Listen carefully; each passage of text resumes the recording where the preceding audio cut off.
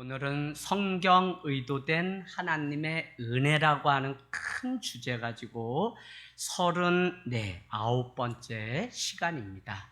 특별히 오늘 우리가 읽은 부분들은 십계명을 시작으로 해서 다 시내산에서 받은 하나님의 계명에 대해서 오늘 설명하고 있습니다.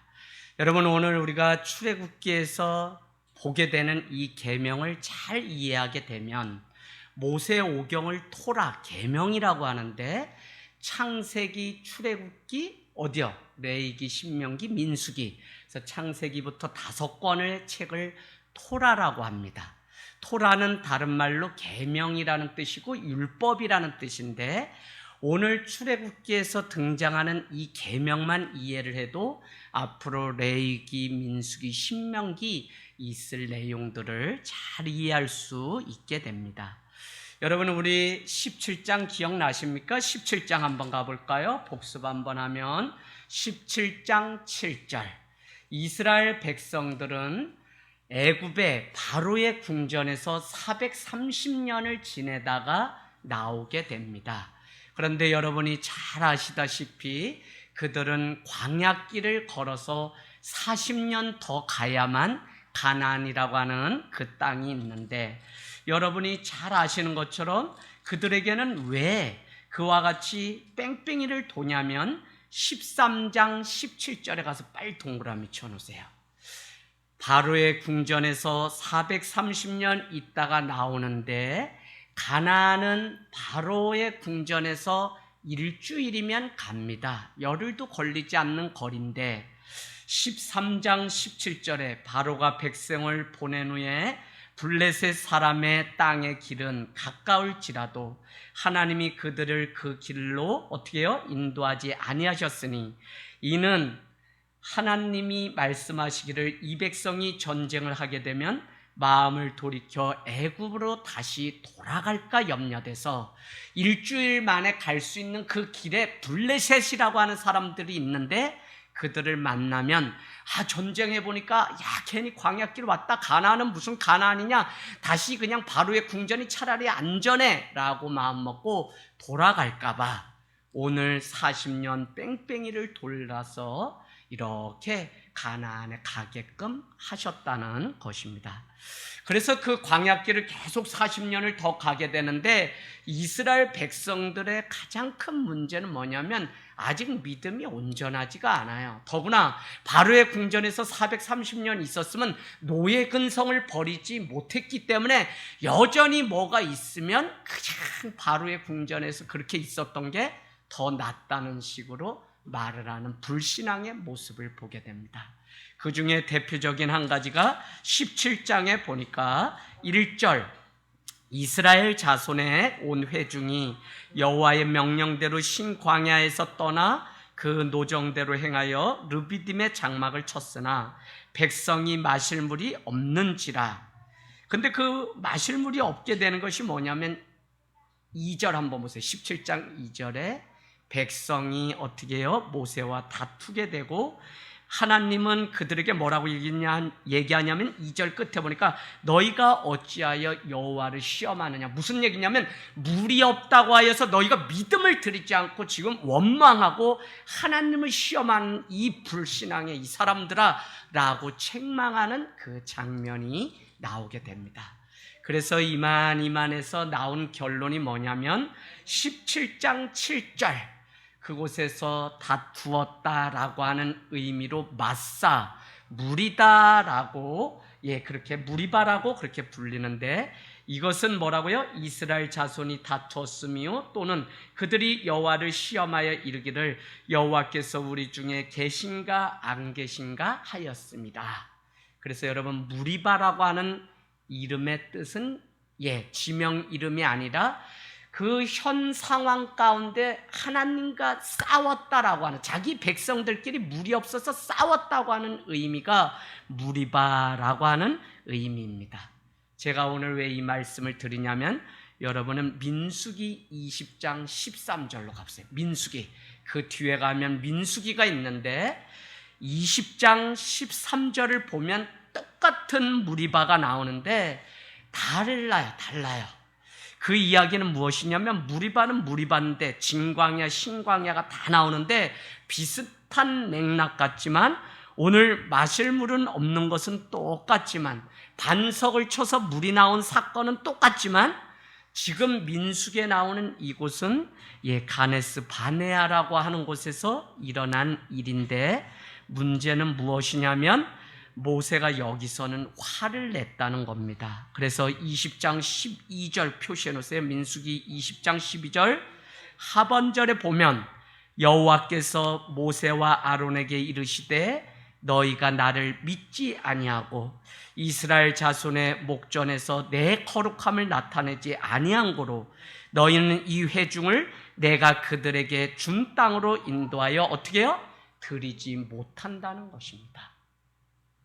이 말을 다시 말씀드리면 모세는 가나안 땅에 들어가지 못했는데 두 번 쳐서 물이 똑같이 나왔어요. 그래서 물을 마시게 되는데 중요한 것은 민수기에 나오는 이 사건은 모세가 화가 나서 홧김에 반석을 침으로 인해서 뭐라 그래요? 민수기 20장 12절에 너는 하나님의 거룩함을 가리웠기 때문에 너는 백성들을 데리고 가지 못한다고 했다는 것입니다. 이제 이해하시겠어요? 그래서 여러분은 어디까지 가셔야 되냐면 여호수아 전 창출 레민 신명기 맨 마지막 장에 가면 34장 7절 우리 다 찾았던 말씀인데 이런 내용이 있습니다.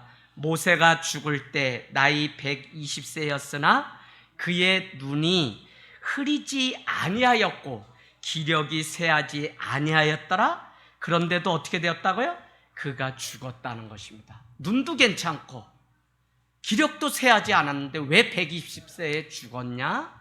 그에게 더 이상 이룰 비전이나 하나님의 꿈이 없기 때문에 모세 시대는 끝이 나게 되고 이제 뒤에 이어서 여호수아의 시대가 열리게 되는 것을 우리는 보게 됩니다. 그래서 백성은 언제 죽냐? 하나님의 백성들은 언제 죽냐? 사명을 놓쳐버리면 죽어요.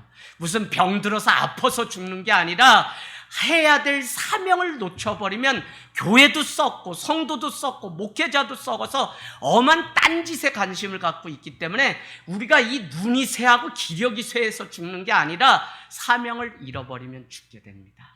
그래서 여러분 우리가 날마다 하나님께 구해야 되는 것은 무엇이냐? 하나님이 기뻐하시는 뜻을 나에게 알려주시고 하나님 그런 자에게 주시는 그 소원, 마음의 비전을 저에게 허락해 주십시오.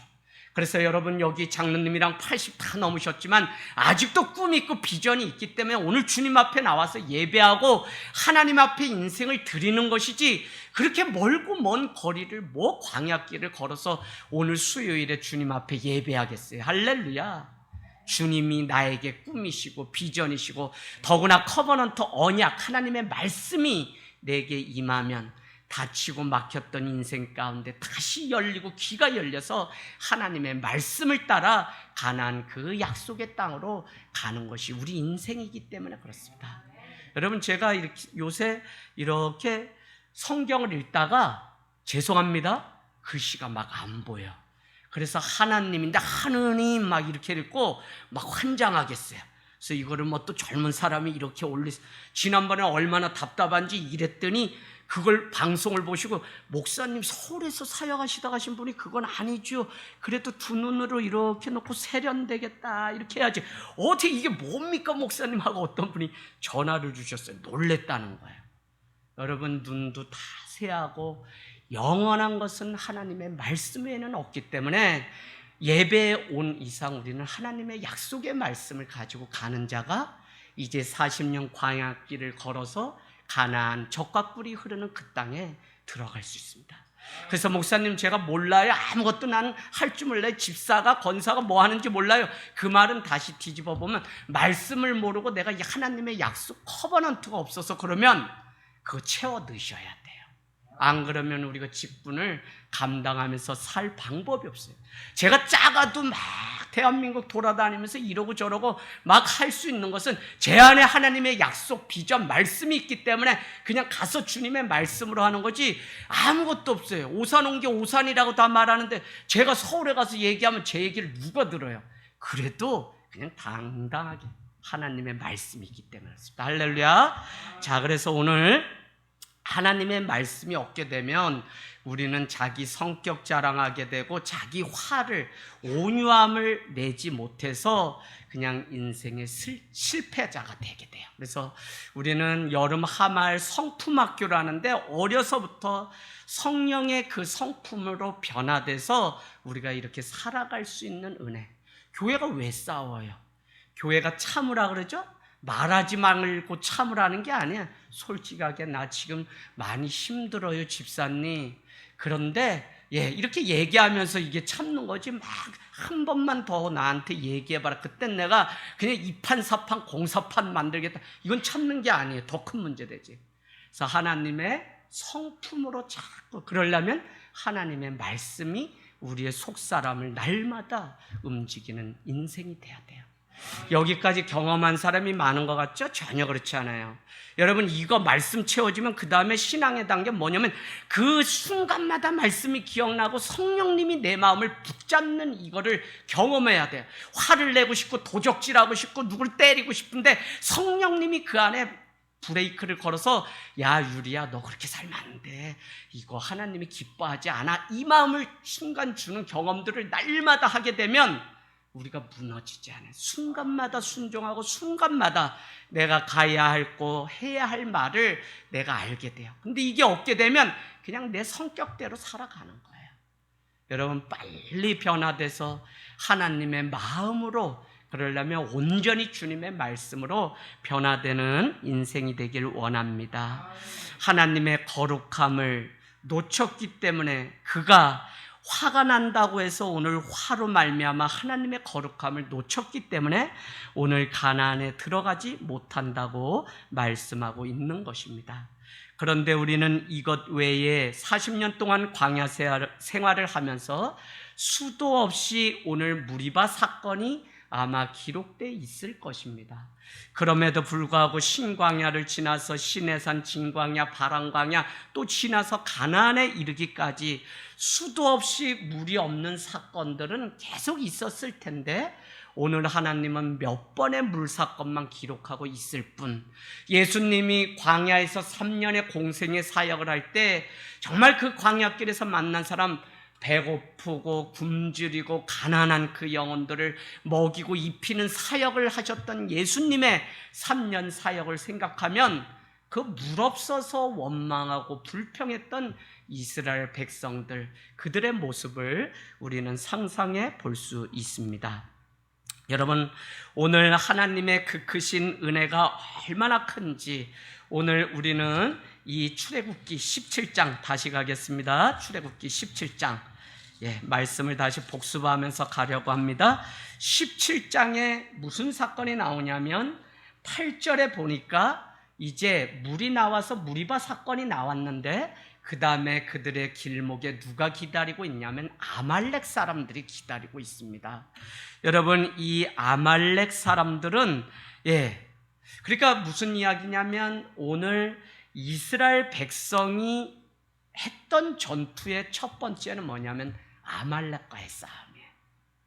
그 전에 전투를 해본 적이 없고 진짜 싸워본 사람이 누구냐면 여호수아서 1장에 이제 가나안을 정복하기 위해서 아이성 여리고성 싸움이 진짜 이스라엘 백성이지, 지금은 싸워보질 않았기 때문에 그들이 그냥 일주일이면 갈 그 길로 가다 블레셋과의 싸움이 생기게 되면 분명히 싸워보지 않았기 때문에 내가 이럴 줄 알았어 하고 하나님을 원망하고 애굽으로 다시 돌아갈까 봐 40년의 뺑뺑이를 돌렸다는 것입니다.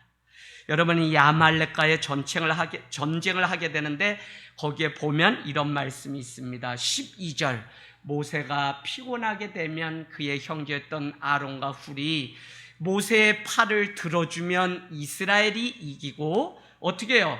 그 팔을 내리면 11절에 아말렉이 이기게 되었다는 것입니다. 아말렉은 200만이 줄을 서서 갈 때도 병자나 약한 자들, 처진 자들, 이스라엘 백성들이 지금 가나안에 가는 출애굽한 사람이 200만 명 정도 되는데 그 사람들을 10줄로 세워가지고 모세가 인도해도 수천 킬로가 될 정도거든요. 그런데 이 아말렉은 얼마나 악질이냐면 신명기 25장 18절 여러분 가세요. 제가 이렇게 하는 이유는 나중에 이제 신명기 민수기 막 건너뛰려고 지금 통으로 막 보는 거예요. 이런 말씀을 이렇게 막 왔다 갔다 여러분이 아셔야지 뭐 되지, 뭐 한 절만 알아가지고는 말씀이 연결이 안 돼요. 그래서 말씀 정말 사모하고 올해 얼마 안 남았어요. 작정하고 일독해서 이 말씀으로 승부수를, 더구나 코로나 때에 우리가 할 거 다른 거 없어요. 내가 무엇 잡고 살아가는 사람인지 내 스스로 다 알아요. 말씀 잡고 가는 사람은 지금이 오히려 믿음으로 내가 잘하고 하나님 더 바라볼 때라니까요. 그래서 말씀 보기를 원합니다. 신명기 25장 18절에 무슨 내용이냐면 200만의 사람들을 이끌고 가나안을 가는데 그때 아말렉이라고 하는 사람들이 25장 18절에 보니까 뒤에 처져 있는 이스라엘 백성들을 괴롭히고 약탈하고 있는 모습이 기록되어 있습니다. 그 정도로 이스라엘에게 가장 큰 문제는 뭐냐면 이 아말렉 아니면 블레셋 사람들이 가장 큰 골칫거리입니다.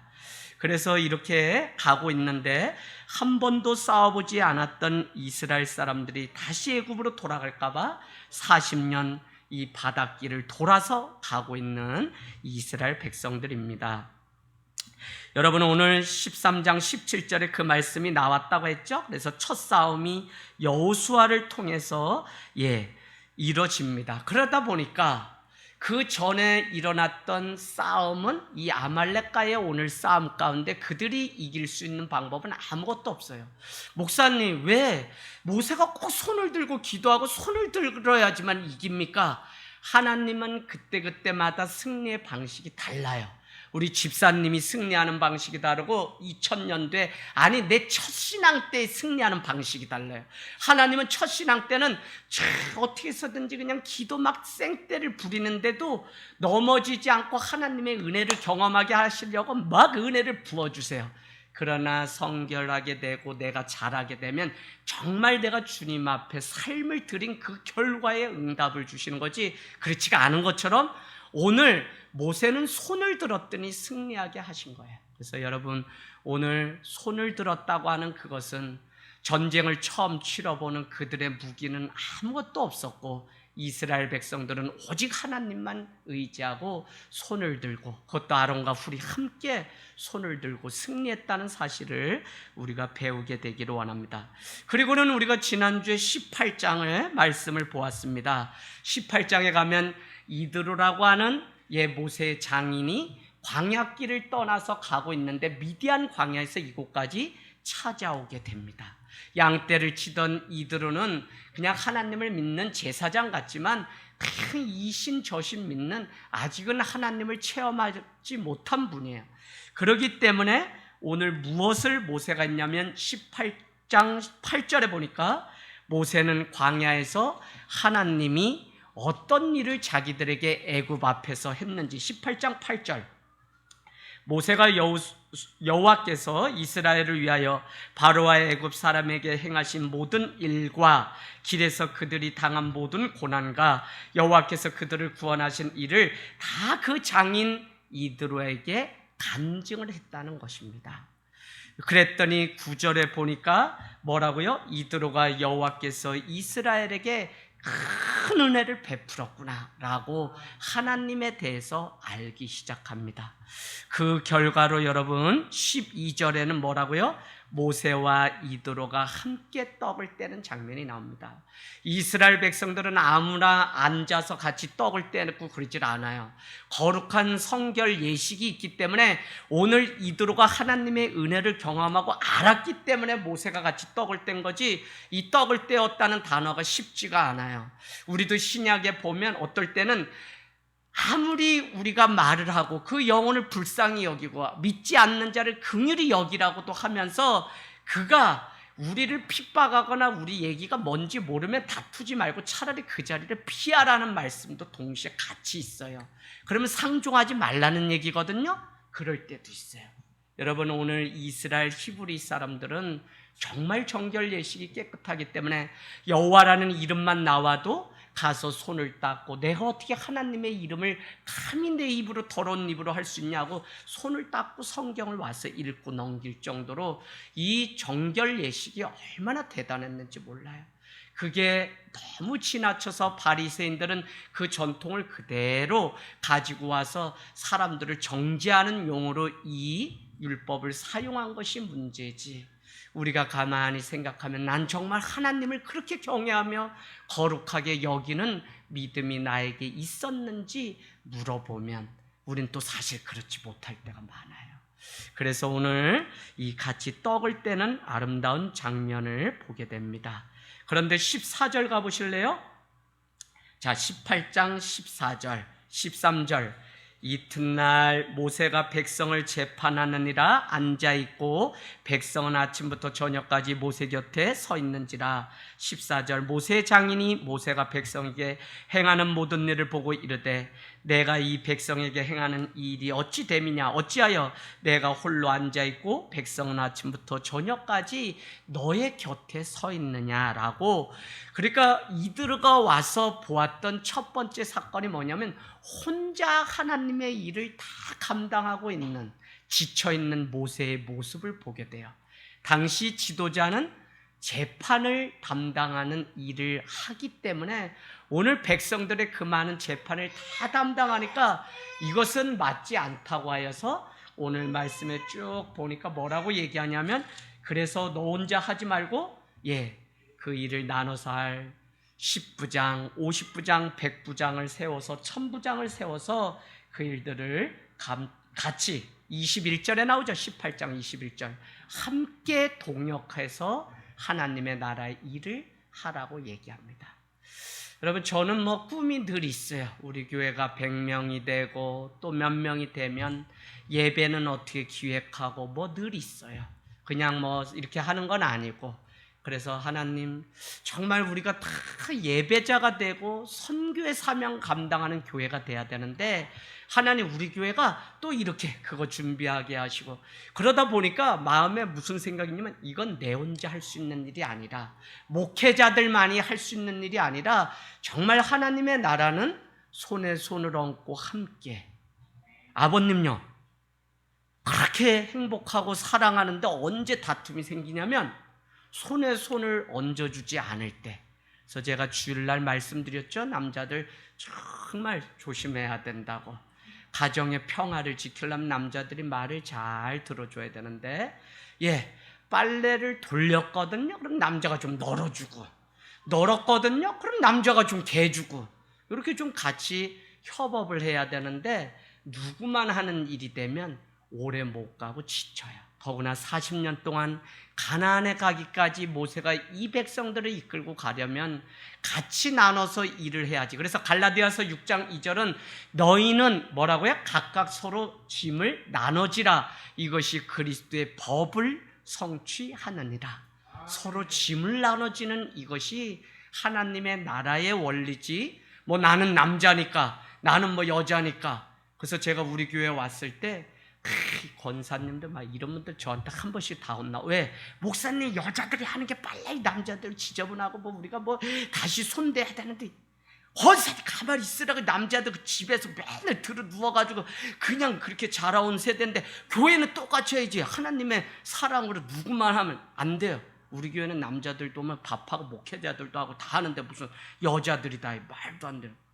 여러분, 그래서 교회 오면 다시 배우는 훈련을 하늘 땅 교회는 하는 거예요. 할렐루야. 아버님, 이제 밥 곧 이제 또 하면 밥 하셔야 돼요. 그래서 콩나물 밥 하시든지 가장 쉬운 게 그냥 비빔밥이 가장 쉬워요. 그래서 밥 준비하시면 좋겠습니다. 자, 그래서 오늘 들어가 보니까 혼자 북치고 장구치고 하는 모습을 보고 너무 안타까워 있는 것입니다. 더구나 너만 힘든 게 아니라 오늘 줄 서 있는 백성들도 종일 기다려야 되니까 같이 힘든 거예요. 그래서 여러분, 지혜가 없으면 그냥 나만 힘든 게 아니라 다 같이 힘들어요. 그래서 우리가 지혜가 있는 게 필요합니다. 할렐루야. 자, 15절 보겠습니다. 백성이 나에게 하나님의 뜻을 물으러 옵니다 라고 모세가 어쩔 수 없이 그렇게 됩니다 라고 말을 했더니 17절에 이드로가 뭐라고 하냐면 말씀 보세요. 말씀. 저 쳐다볼 필요도 없어요. 말씀 보세요. 옳지 않다고 얘기해요. 그렇게 하는 건 옳지 않다는 거예요. 네 혼자 그거 아무리 많은 일 했어도 하나님은 그거 기뻐하지 않는다는 거예요. 여러분 뭐 회사 가정 다 똑같아요. 돌아가는 원리가 같이 손에 손을 얹고 하는 거지 내 혼자 하다가 뭐 병나고 이런 거는 하나님 기뻐하시지 않으세요. 가정도 똑같아요. 제 우리 어머니 혼자 하시지 말라니까요. 시켜달라고요. 뭐 해야 되는지. 그런데 성격상 그러지 못하시니까 혼자 나가서 벌써 지치고 돌아오셔서 그냥 이 집은 내가 없으면 안 돌아간다고 막 불평불만함. 그거 고치기까지 또 20년 걸렸어요. 여러분 괜한 말이 아니라 같이 하는 거지. 교회가 뭐예요? 내가 고통스럽고 내가 아프면 같이, 또 기쁜 일 있으면 같이. 근데 이 같이 걷는 훈련이 안 되면 여러분 누군가는 지치고 힘들게 됩니다. 할렐루야. 그래서 여러분 중요한데 저는 오늘 21절 지난주에 놓쳤어요. 그래서 이드로가 낸 아이디어 중에 하나가 뭐냐면, 자, 백성들 중에 지도자, 능력 있는 사람을 세우는데, 능력 있는 사람, 즉 곧 뭐라 그래요? 첫 번째 거기 표시해 놓으세요. 누가 능력 있는 것이냐? 하나님을 두려워하는 사람이 능력 있는 거. 할렐루야. 여러분 자기 뭐 잘한다, 뭐 능력 있다, 내가 뭐 대학원 나왔다, 내가 무슨 박사다, 그거 세상은 자랑하는데 능력 없다고 자랑하는 거랑 똑같은 거예요. 나 아무것도, 더 솔직하게 얘기하면 내 팔뚝 꿇다고 망하다가 망하는 사람 많잖아요. 이거 아니라 하나님을 어떻게 해요? 두려워하는 자가 능력 있는 자입니다. 표시해요. 두 번째는 뭐냐면요, 저렇게 되어 있습니다. 하나님을 앞에 진실한 자. 하나님 앞에 진실한 자. 진실은 옆에다 정직한 자라고 써놓으세요. 거짓이 아니라 정직한 자. 하나님을 두려워하는 자는 뭐죠? 겸손한 자라고 써놓으세요. 겸손한 자. 하나님은 겸손한 자를 사용하시지, 교만한 자는 사단이 계속, 교만한지도 모르고 자꾸 사단이 이용하는데 거기에 종로로 타다가 교만한 자는 사단의 쓰임을 받게 됩니다. 자, 그런데 세 번째 뭐라고요? 불의한 이익을 미워하는 자. 불의한 이익을 미워하는 자. 이 말은 다시 말하면 자꾸 재판을 하는데 불의한 것을 취하는 자가 되면 이건 능력 있는 자가 아니라고요. 그래서 불의를 미워하는 자, 그 옆에는 정말 믿음이 있는 자라고 써놓으세요. 믿음이 있는 자. 믿음이 있는 자는 불의를 미워한다니까요. 믿음이 내가 없으니까 불의와 타협하고 불의를 따라서 살아가고 그렇게 일을 하는 거지, 내가 믿음이 있으면 불의를 미워하게 되어 있어요. 할렐루야. 왜 그게 죄인데 그거를 덥석 물었다가 거기에 왜 믿는 국회의원들이 다 거기에 넘어가서 그 다음에 재선에 떨어지냐면 불의를 저지르거든요. 똑같아요. 여러분 뭐 믿음의 기업 세운다 이거요? 정말 불의를 미워하고 정직함으로. 그래서 여러분 그런 자를 세워서 그런 자 중에 50부장, 10부장, 100부장, 1000부장 세우라는 거예요. 무슨 원리인지 아시겠죠? 되게 중요합니다. 자, 그래서 저는 이렇게 적용을 했습니다. 불의를 취하지 않는 자가, 그런데 선한 양심과 행위가 있는 사람이 능력 있는 사람인데, 우리가 해야 되는 건 뭐냐? 우리가 위대한 일을 하는 사람보다 내가 위대한 일을 하려고 그런 생각하지 마시고, 위대한 일을 하는 사람이 능력 있는 사람이 아니라 내가 하나님이 만들어 놓으신 대로 존귀한 작품으로 살아가는 자가, 그 사람이 위대한 일, 능력 있는 사람이에요. 하나님이 우리를 위대한 작품으로 만들었는데 우리가 불의를 탓하고 거짓을 일삼고 그러면 무슨 뭐 저기 무슨 뭐 백두산을 저쪽에다 옮겨놓은 게 그게 위대한 능력 있는 사람이 아니에요. 여러분 지금도 거룩하고 깨끗한 사람이 세상 가운데 큰 소리를 치고 그 사람을 세상이 무서워하는 거지, 거짓이 난무하고 그 사람이 누구니까 그 사람의 말을 들어요. 그래서 하나님은 오늘 20장에도 보면 계속 성결하라고 우리에게 이제 말씀해. 좀 이따 제가 보면 여러분 깨끗하다는 것처럼 능력이 없어요.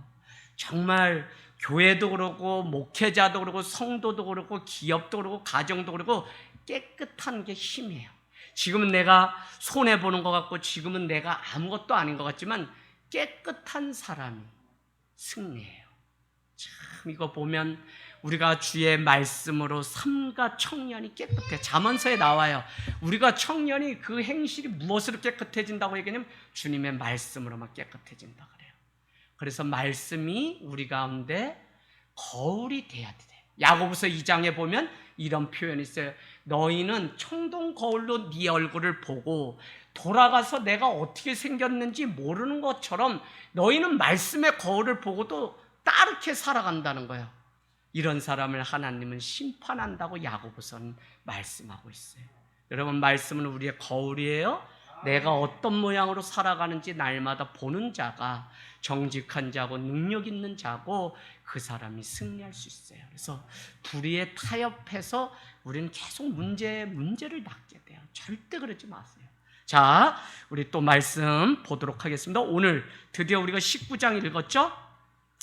19장에는 애굽에서 나온 지 얼마 됐다고요? 3개월이 돼서 시내 광야에 도착하게 됐는데 모세가 하나님께 올라가게 됩니다. 2절, 3절, 4절에 보면 그래서 시내산에 올라갔는데 4절에 보니까 하나님이 뭐라고 얘기하냐면 모세야, 애굽 사람에게 내가 어떻게 행했는지 너는 뭐라고 얘기했죠? 4절.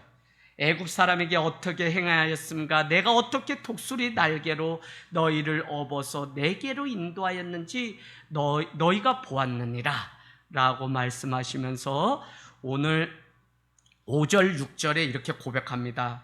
이 땅에 있는 모든 세계가 다 내게 속하였나니 너희가 내 말을 잘 듣고, 내 말 표시해 놓으세요. 잘 듣고 내 언약 표시하세요. 내 언약을 잘 지키면 너희는 모든 민족 중에서 내 소유의 통으로 소유가 되겠고 너희가 내게 대하여 뭐가 된다고요? 제사장 나라가 된다. 질문할까요? 이 말씀이 어디에 나오죠? 이 말씀이 어디에 나와요? 신약 어디에 나와요? 베드로전서 2장 9절 말씀인가에 나옵니다. 너희는 택하신 족속이요 왕같은 제사종이요 거룩한 나라요 그의 뭐라고요? 소유된 백성이라고 말하죠. 이 말씀에 근거해서 그래요. 그래서 여러분, 오늘 5절 6절 세계가 다 내게 속하였나니 너희가 내 말을 듣고 내 언약을 잘 지키기만 하면 첫 번째 축복이 뭐냐면 모든 민족 중에서 너는 하나님의 소유가 되고, 우리가 하나님이 소유가 되었다는 건 다른 말로 하면 우리의 주인은 누구냐면 하나님이라고요. 로드라고 하는 주님이라고 하는 의미는 당신은 주인이시고 나는 그의 종입니다라고.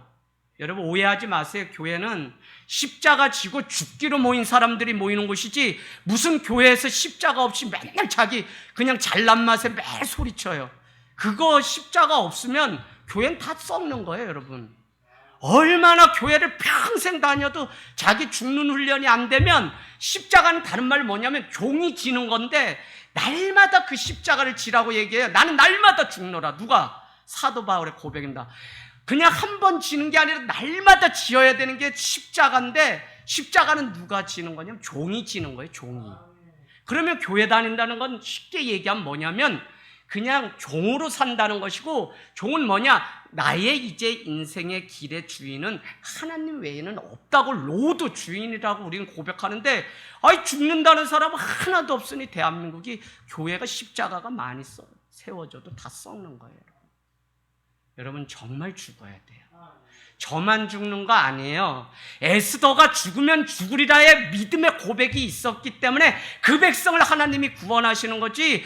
죽겠다는 사람 없고 다 자기 어떻게 해서 요령 피우는데 뭘 살아요? 누가 살아요? 부모도 자식 위해서 죽지 않는 시대고 자식도 부모를 위해서 죽지 않으면 뒤에 20장에 가면 자녀가 부모를 치게 되면 하나님의 징벌이 있다고 오늘 다 나누게 돼요. 여러분 죽어야지 거기에 화평함이 있고 죽어야지 거기에 역사가 있지. 교회가 종으로 살겠다고 다 죽겠다고 십자가 앞에 모인 사람들인데 그래서 여러분 교회는 다른 말로 하면 종들의 모임이라고 해요. 그러면 종들이 자기 주장이 있어요? 그죠? 없잖아요. 내 생각엔 이런데 이게 없잖아요. 저도 그러면 안 되고 교인들도 그러면 안 되고 서로도 그러면 안 되는 거예요. 할렐루야. 날마다 죽어야 돼요. 그게 하나님의 소유된 백성의 참 축복이라고요. 왜 내가 교만하야 사단의 이용밖에 더 당해요? 자, 그러면서 뭐라고 또 축복하냐면 이렇게 말씀하죠. 네, 거룩한 백성이 되리라. 제사장 나라가 되며 거룩한 백성이 되리라. 5절 6절 보세요. 이게 베드로전서 2장 9절에 그대로 나오는데, 베드로전서 2장 9절은 우리가 더 보면 뭐라고 돼 있냐면 이렇게 돼 있죠. 너희를 어두운 데서 빛 가운데로 인도하신 이의 아름다운 덕 복음을 전하게 하려고 너희를 거룩한 백성, 소유된 백성, 왕같은 백성, 제사장 나라로 삼았다고 2장 9절, 베드로전서 2장 9절에. 그래서 왜 우리를 오늘 자녀 삼고 왜 우리를 주님의 제자로 삼았냐면 하나님의 덕을, 어둠 가운데서 빛 가운데로 인도하신 이의 아름다운 덕을 선전하게 하시려고. 근데 여러분, 마태복음 6장에 뭐라고 말씀하냐면 너희의 착한 행실을 그들도 알게 하라는 거예요. 내가 막 드러내려고 하지 말고 내가 십자가 지고 주님의 소유된 백성으로 살아가면 세상도 그것을 안다는 것입니다. 자, 그러면서 여러분 9절 말씀에 뭐라고 돼 있냐면 이렇게 얘기하는 겁니다. 8절 말씀에. 그래서 이 말씀을 가서 백성에게 전하라 그랬더니 8절 말씀에 뭐라고 해요? 백성들이 다 이렇게 해요. 모세가 전했더니 8절 시내산에서 받았던 말씀을 그대로 전하니까 8절에 백성들이 일제히 응하여서 뭐라고 한다고요? 우리가 다 행하겠다고 얘기해요. 그래서 이 행하겠다는 것을 가지고 다시 9절에 갔어요. 하나님께. 그랬더니 모세에게 뭐라고 얘기냐? 내가 구름이 빽빽한 가운데 내가 임재할 텐데 너희들은 그 주의 영광을 그때 볼 거라는 거예요. 그러면서 너희가 준비해야 될 게 있는데 10절에 가서 표시하세요. 여호와께서 모세에게 이르시되 너는 백성에게로 가서 첫 번째 오늘과 내일 그들을 성결하게 깨끗하게 하며 그들에게 옷을 빨게 하고, 다 깨끗하게 하라는 거죠. 11절 준비해야만 나를 만날 수 있다는 거예요. 하나님 예배하는 거 준비 없이 그냥 오면 은혜 못 받아요. 여러분 준비해서 와야 돼요. 그래서 여러분 줄날만 와가지고 내가 은혜 받는다 절대 안 돼요. 한 주 6일 동안 하나님 앞에 은혜 받는 삶을 준비하여 나와야지 줄날 우리가 은혜 받는 거지 그냥 뭐 나 주일날 이거 안 돼요. 여러분 주중 삶은 막 살다가 뭐 주일날 오면 무슨 깨끗하고 은혜가 임해요? 절대 안 해요.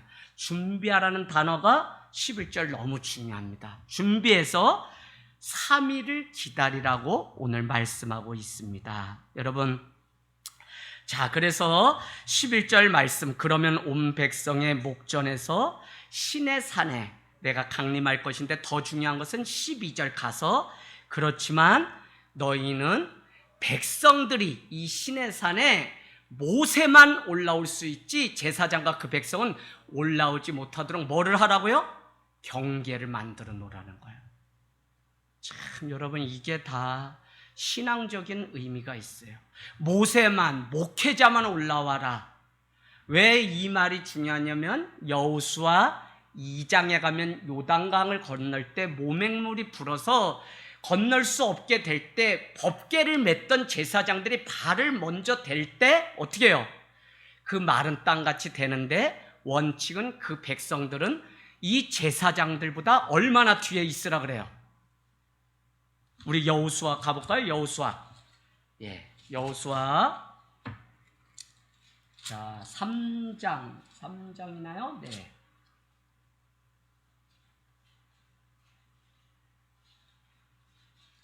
네. 어디에 나왔어요? 3장 8절요? 4절. 2000규빗. 목사님, 왜 뭐 가면 같이 가지 무슨 제사장들과 뭐 이렇게. 여러분, 왜 거리라는 게 중요하냐면 존경한다는 의미 때문에 거리가. 우리가 사람끼리도 서로 이거는 뭐 물리적으로 거리 둬라 이게 아니에요. 존경하면 멀리 이렇게 추앙하고 바라보는 그 거리. 가깝다고 좋은 게 아니에요. 지혜 있는 사람은, 더구나 오늘 여호와의 임재를 우리가 함부로 볼 수 없다, 그분의 얼굴을 보면 우린 죽는다, 그런 믿음이 있었던 이스라엘 백성들은 제사장들이 하나님의 말씀이 곧 하나님인데 그것을 가지고 앞에 갈 때 2000규빗이나 떨어져 가라는 건 경외함으로 거룩하신 하나님을 따라가라는 의미이기 때문에 오늘 우리 출애굽기에 읽은 부분에도 19장 12절에 경계를 세워서 침범하지 마라, 침범하게 되면 죽는다는 것입니다. 여러분, 거룩하면 늘 존경하고 하는 거예요. 제가 여러분께 여기서 이러다가 내려가요. 그러면 저는 여러분하고 가까이 지내요. 그렇다고 해서 친구는 아닙니다. 나의 인간적인 얘기를 하는 게 아니라 제가 해야 되는 건 제가 하는 게 있어요. 제가 여러분을 다 섬긴다 그래도 여러분은 주의 종을 또 존경하고 섬겨야지만 은혜가 있고 가치 있는 거지, 일방적으로 뭐 다 똑같다 이게 아니에요. 무슨 얘기인지 아시죠? 제가 그러라고 가르치지 않아도 하나님이 세우신 주의 종이니까 이 마음이 있어야지 말씀이 들리고 존경해요. 아들이 아버지가 아무리 아니라도 아버지이기 때문에, 하나님이 세웠기 때문에 존경하는 그 거리가 있어야만 함부로 하지 않고 존경하게 되는 거예요. 그래서 거리라는 건 늘 있어요. 근데 아버지가 야 이 새끼야, 아버지 생일날 돈 50만 원 용돈 주고 쇠고기 사와라 이래가지고 사오면 그거 벌써 끝난 거야. 아이고 이거 뭐 얘기가 이상하다, 사오라는 게 아니라 어쨌거나 존경의 그 거리는 다 있어야 돼요. 제가 뭐 안 받겠다, 안 갖겠다, 그러나 여러분은 목사님 마음껏 목회할 수 있도록, 주의 종들 마음껏, 우리 권사님 장로님들 마음껏 뭐 할 수 있도록 내가 다 드리겠다는 그 마음으로 우리는 주의 종의 마음으로 서로 살아갈 때 아름다운 거지, 아니에요. 그래서 오늘 경계를 세우라고 23절에 가보세요. 23절 오늘 또 나와요. 그러기 때문에 백성들은 시내 산에 오르지 못해요. 왜? 경계가 있기 때문에. 거기에 가면 하나님의 얼굴은 오늘 모세만 대면하고 볼 수 있기 때문에. 여러분, 그럼에도 불구하고 오늘날 어때요? 종교개혁의 후예인 우리는 누구나 하나님 앞에 갈 수 있어요. 왜요? 예수님이 십자가에 달려 돌아가시고 부활하시며 이 휘장이 다 갈라져서 성소와 지성소가 구분이 없어서, 옛날에는 죄가 있으면 어떻게 해요? 제사장만이 내가 오늘 손으로 남의 걸 도적질했습니다, 그럼 비둘기 가져가면 그 비둘기의 손목을 뚝 꺾어가지고 번제를 드려서 하나님 앞에 제사를 올려드리는 구약의 방식이잖아요. 그런데 그게 아니라 이제는 누구든지 하나님 앞에 다 갈 수 있어요. 참 이게 얼마나. 그래서 우리는 신앙은 하나님 믿습니다지만 여러분 더 정확히 알아야 되는 게, 기독론의 기독은 뭐냐면 예수 그리스도를 의미하고, 왜 우리가 하나님의 이름으로 기도합니다라고 굳이 안 하냐, 예수님의 이름으로 기도하냐, 이게 기독교의 다른 점이에요. 여러분, 예수만이 길을 내시고 모든 것을 헐러오셨기 때문에, 그래서 신앙을 정확히 하셔야 되는데 어떤 분들은 이런 훈련이 안 됐어요. 기도하는 훈련. 무슨 훈련? 듣는 대상자가 거룩하신 하나님, 여호와 하나님, 이런 대상자를 불러야 되는데 그냥 내가 하고 싶은, 아버지 오늘 뭐 라면이 떨어졌는데 라면 주세요, 막 이렇게 본론부터. 아니요, 기도도 다 언젠가 이제 주기도문이고 다 우리 전도사님 하는데 받을 대상자를 불러야죠. 그래서 여러분, 기도도 다 우리가 훈련이 필요합니다. 교회 뭐 한 2년 3년 다니면 다 하게 돼 있어요. 따라만 오시면 돼요. 따라만. 할렐루야. 유리가 이렇게 벌써 발을 자기 발로 떼고 교회에 오는 거, 이거 다 은혜. 여러분, 정말 주의 말씀이 끊어지지 않도록 날마다 말씀 가운데 서면 신앙이 자라게 되어 있고, 우리가 왜 지금도 예배가 중요하냐면, 말씀을 먹다가 무슨 사건 때문에 못 먹다가 이러면요, 그거는 말씀이 다 날아가서 없어요. 그래서 요한계시록 1장 3절은 이 예언의 말씀을 읽고 듣고 지키는 자가 복이 있다는 거예요. 그러면서 만무섬에서 보았던 그 환성을 사도 요한이 얘기해. 읽고 듣고 지키는 자가 복이 있어요. 지키려고 하는데 말씀이 없으면 뭘 지켜요? 그래서 말씀이 늘 우리 가운데. 그래서 성도는 누구냐? 용수철 같이 위기 가운데 말씀이 튕겨져 나와서 말씀으로, 떡이 아니라 하나님의 여호와의 말씀으로 능히 시험을 승리할 수 있도록 말씀을 계속 이 땅 가운데 교회를 통해서 집어넣고 밀어넣어서 위기가 와야 마지막 때에 7년 대환란이 와요. 그때 말씀으로 우리가 이기는, 그게 성도의 준비지 다른 거 아니에요. 뭐 교회 다녀서 집 사고 뭐 사고 이거 하려고 하는 거 아니에요. 자, 이제 말씀 맞춰야죠. 뭐 계속하면 또 비행기 타고 몇 시간 또 하나님 은혜 받으시려고 딱 했는데, 자 봅시다. 자, 오늘 왜 하나님은 이스라엘 백성을 선택했느냐? 그것은 하나님의 말씀을 듣고 지키라고 선택을 했는데, 누구든지 하나님의 명령을 따르기로 하면 하나님의 소유된 백성이 됩니다. 이것이 5절 6절에 나오고 20절에 가보면 시내산에 모세가 올라가고 22절에는 여호와에게 가까이 하는 제사장들에게 그 몸을 다시 성결하게 하라고, 성결이 또 나오죠. 깨끗하게 하라고요. 여러분, 정말 여러분 교회 신앙생활 저 바깥 생활 다르면 큰 오산이에요. 교회 와서는 믿음 있는 척 하는데 밖에서는 막, 그러면 여러분 하나님 다 보세요. 여기서는 거룩하고 막 인자한데 세상에 가서는 함부로 산다면 하나님은 그 사람 외면하세요.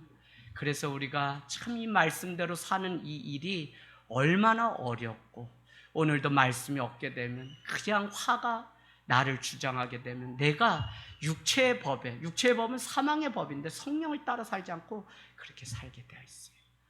자, 오늘 20장으로 넘어갑니다. 빨리빨리 갈게요. 10계명을 안다는 것은 참 진리 같아요. 지금도 이 10계명만 우리가 지킬 수 있다면 저는 세상이 바뀔 거라고 믿습니다. 자, 중요한 것은 카톨릭은 2번이 없어요. 10계명 두 번째가 뭐죠? 두 번째, 너를 위하여 새긴 우상을 만들지 말란데 없어요. 그래서 공동 번역이나 캐톨릭 10계명 보면 10계명으로는 돼 있는데 두 번째 계명이 없어요. 그래서 여러분, 그 의미는 남들은 설명 안 해줘요. 왜 그러냐면 캐톨릭은, 그러니까 우리가 지금 보고 있는 것은 종교개혁의 후예인데, 캐톨릭이 보는 것은 어거스틴이라고 하는 중세 신학자가 나누는 것대로, 지금 이게 뭐 1계명, 2계명 뭐 이렇게 안 돼 있거든요. 그래서 그 계명을 10가지로 나눈 게 10계명인데 해석이 달라요. 캐톨릭도 10계명이고 우리도 10계명인데 캐톨릭은 2계명이 생략돼 있어요. 왜? 나 외에 다른 신을 섬기지 말라라고 얘기했는데, 그 다음에 나온 것이 너를 위하여 우상을 새기지 말라 하는 것이 다른 신 섬기지 말라는 거랑 같기 때문에 그냥 한 1계명으로 잡았다고. 그리고서는 어디에 가서 잡았냐면 이렇게 잡아놨어요. 17절에 가보세요. 17절에 나오는 마지막 계명, 내 이웃의 집을 탐하지 마라를 캐톨릭은 어거스틴이 세운 거예요. 우리 다 어거스틴의 전통 가운데 나온 거예요. 9계명으로 세우고 10계명을 17절을 또 나눴어요. 내 이웃의 아내와 이거를 탐하지 말라를 10계명으로 해놨어요. 그래서 양쪽이 다 10계명인데 내용이 다르다는 것을 여러분은 참고하고 있어야 됩니다. 자, 제1계명 다른 신 표시해 놓으세요. 다른 신. 제2계명 새긴 우상 3절 4절에 나오죠. 3절 4절. 자, 3계명 7절에 나옵니다. 내 이름을 망령되이, 망령 표시해 놓으세요. 4절 안식일을 거룩하여 뭐 이렇게 나오죠. 그 다음에 5계명 내 부모 공격, 6계명은 살인하지 말라, 살인 표시해 놓으세요. 7계명은 뭐죠? 간음하지 말라. 간음 어디 나와요? 저 14절에 나오죠. 8계명 도둑질 하지 말라는 거예요. 9절 뭐예요? 9계명은 뭐예요? 내 이웃에게 거짓 증거하지 말라. 거짓 증거 표시해 놓으세요. 그 다음에 10계명은 내 이웃의 집을 탐하지 마라. 자, 제가 오늘 말씀 준비하다 놀라운 사실 하나 발견한 게 뭐냐면 이거예요. 1계명에서 10계명까지, 물론 뭐 3계명, 2계명까지는 하나님과의 관계고 뭐 3계명도 이렇게 해서 뭐 이웃과의 관계다 뭐 이렇게 우리가 많이 듣는데, 더 중요한 것은 한마디로 얘기하면 거짓되이 하지 말라는 거예요. 자, 거짓이 뭐예요? 다른 신 섬기는 게 거짓이죠? 우상 만드는 게 거짓이죠? 그 다음에 뭐예요? 또 망령되이는 뭐냐면 만우리 업신여기지 말라, 이 표현하고 똑같아요. 거짓말 가볍게 여기지 마라. 자, 그 다음에 뭐예요? 5계명 넘어가고 6계명, 살인이 뭐예요? 거짓말하는 게 살인이에요. 7계명 뭐예요? 간음하는 게 그게 거짓말하니까 간음하는 거죠. 8계명 뭐예요? 도둑질, 거짓말하는 거예요. 9계명 뭐예요? 내 이웃에게 거짓 증거하지 말래, 거짓이에요. 10계명, 내 이웃의 집을 탐하는 거, 이거 다 거짓이에요. 그래서 하나님은 10계명을 통해서 저는 내가 거룩하니 너희도 거룩하라. 뭐라고요? 20장 2절 보세요. 나는 너를 애굽의 땅 종되었던 집에서 인도하여 낸 내 하나님 여호와니라 라고 말씀하고 있어요. 그리고 레위기 14장 14절에 가면 내가 거룩하니 너희도 거룩하라. 주님은 오늘도 믿는 우리에게 딱 하나예요. 거룩한 삶. 참 이게 어려워요. 분별하지 않으면 제가 주일날 때 막 마음 아프다 그랬죠? 저 정도 이렇게 돼가지고 어느 정도 교회가 문 닫지 않고 이렇게 서 있는 목회자들이 어떻게 지금 5년, 6년 교회를 개척했는데도 사람이 모이지 않으면 그 교회는 차라리 문 닫는 편이 낫다고 말을 하는 얘기를 듣고 제가 너무 속상했어요. 왜요? 저는 지금도 막 몸부림치는 작은 교회 목사님들하고 이 작은 교회 연구소를 하는데, 아니 내가 뭐 어느 정도에서 교회가 자립하고 섰다고 어떻게 하나님의 뜻인지 아닌지도 묻지도 않고 세상 논리로 저렇게 해도 안 되면 차라리 문 닫고 딴 일 하는 게 낫다고 목사의 입에서 다른 목사들을 그렇게 정죄하냐고. 저는 이게 거짓에 우리가 속았구나. 세상 논리, 자본주의, 소비주의에 속았구나. 돈을 여러분 정말 속지 마세요. 기적은 뭐냐면 누가복음 5장으로 가보세요. 이것만 말하고 오늘 이제 마칠게요. 5장 가보세요. 저는 막 이게 너무 답답한 게 5장에 뭐라고 얘기하냐면 밤새도록 그물을 던졌지만 애운 것이 없어요. 그래서 빈 그물을 씻고 있는 장면이 신약 5장에 나오잖아요. 그러면 저 5장에 가세요. 얼른 표시해 놓으세요. 누가복음 5장 뭐라고 돼 있냐면 첫 번째 기적. 자, 첫 번째 기적은 여러분 뭐냐면 밤새도록 그물을 던졌는데 잡힌 것이 없다는 5절에 첫 번째 기적 표시해 놓으세요. 이거 기적이에요, 여러분. 세상의 논리는 뭐를 기적이라고 얘기하냐면 조금 투자해서 많이 거두는 거, 재수 좋아서 많이 거두는 거, 이거 기적이라 그래요. 목사님 나 오늘 분량 받았어요. 몇 천대 1 뚫었어요. 난 동탄이 집됐어요. 기적이 일어났어요. 성경 그게 기적이 아니에요. 첫 번째, 많이 투자했는데 적게 거뒀다는 게 기적이에요. 이거 이해되시나요? 지금 베드로는요, 어디에 평생 물고기 잡는 사람이기 때문에 어디에 금을 던지면 고기가 잘 잡히는지 평생 아는데 그날 밤 따라 던졌다면 거기에 애운 게 하나도 없어요. 고기가 어떻게 안 잡혀요? 저는 잘 알고 잘 준비되었는데 하나도 안 잡히는 것도 기적이라고. 평생 내가 십자가 걸고 목회하는데 사람들이 몇 사람 없어요. 그거 생각하기 나름이에요. 믿음의 눈으로 보면 하나님이 일평생 모세를 이스라엘 백성 훈련시켰던 것처럼 나 한 사람을 훈련시키려고 이와 같은 어려움을 주셨구나 믿는다면 그게 기적이에요. 근데 무슨 세상의 논리로 밤새도록 금을 던졌는데 어떻게 한 마리도 안 잡혀? 금을 집어치워, 어부 집어치워. 그랬다면 이 사람은 진짜 기적을 못 봐요. 6절 가보세요. 그가 주의 말씀을 의지하여 그물을 던지니 6절에 뭐라고요? 힘이 많이 잡아 그물이 찢어져요. 진짜 기적이에요. 두 번째. 근데 사람들은 이것만 기적이라고 해요. 6절만. 아니요. 내가 여러분 그냥 투자했는데도 안 되는 것도 기적이지. 때로는 왜? 그 일 때문에 하나님을 비로소 만나게 됐으니까 기적이지. 할렐루야.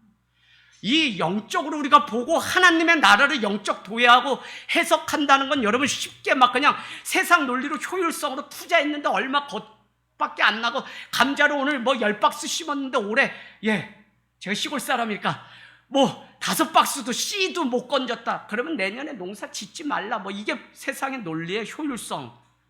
근데 그렇게 하면 안 된다고요. 여러분 그렇게 하면 저도 벌써 이 교회 문 닫았죠. 3년 4년 하는데 2,800 정도 빚이 생기는데 뭘 보고 해요. 그래도 하나님이 그냥 마음 주셔서 날마다 쇠가 빠지게 그냥 돌면서 그냥 여러분 후라카이라고 아세요? 후라카이?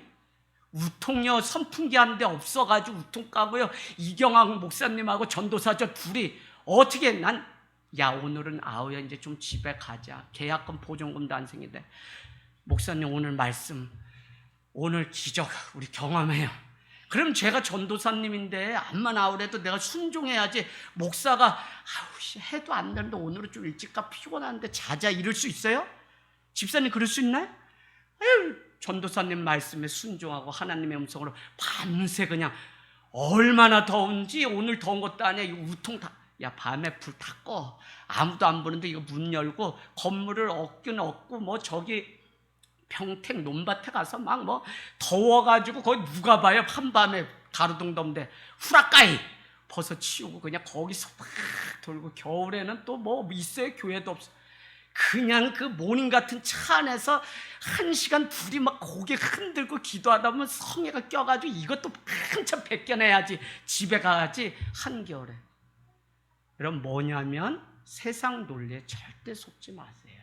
정말 하나님은 뜻이 있는 것이고 그것을 본 자가 하나님의 일을 하는 것이고 하나님이 지금도 일하신다는 그 믿음 때문에 우리는 예배하고 주의 말씀 붙잡으면 반드시 믿는 자가 승리한다는 그 믿음 때문에 교회가 가야지.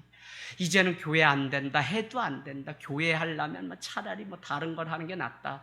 이렇게 해가지고는 누가. 여러분 우리 목회자들 기도 많이 해주세요. 다 교회 개척하려고 하늘 땅 교회 가면 개척 나갈 수 있다더라. 와가지고 아니 어제 막 이런 날 얼마나 더운지 좀 오늘은 쉬자 그러고 싶을 때 윤덕주 전도사님 또 출력해가 접어가지고 오늘은 진이 가서 돌리던 거 마주 가서 돌려야 된다는데 저는 어떻게 여기 가만히 앉아가지고 랄랄랄라 이래요. 전도사님도 나갔나 하다 보니까 비가 또 와가지고 둘이 맞고 서로 위로라도 하자 이러면서 또 코피 한 잔 콕 하면서 요거에 위로 삼고 몇 시간 돌고 결과는 몰라요. 어떻게 될지 하나님께 맡깁니다. 그러나 우리는 주님 앞에 거짓되지 않게 진실하게 성도들이 나가서 세상 가운데 고생하면서 그렇게 살아가는데 우리는 교회 일이니까 맘 놓고 그냥 아무도 안 보니까 그렇게 살고 싶지 않기 때문에 그냥 나가서 하는 거야. 누가 뭐라고 안 하지 뭐라고 해요? 근데 하나님 뭐라고 하실까 봐. 사랑하는 여러분 늘 주님 앞에 십계명 거짓이 아니라 성결과 정직을 택하면 너희는 반드시 가나안 젖과 꿀이 흐르는 그 땅에 갈 수 있다는 약속. 여러분 정직한 오늘 능력 있는 자 하나님 앞에 정직하게 두려워하고 진실하며 정말 거짓됨과 타협하지 않는 그 믿음이 우리에게 있기를 원합니다.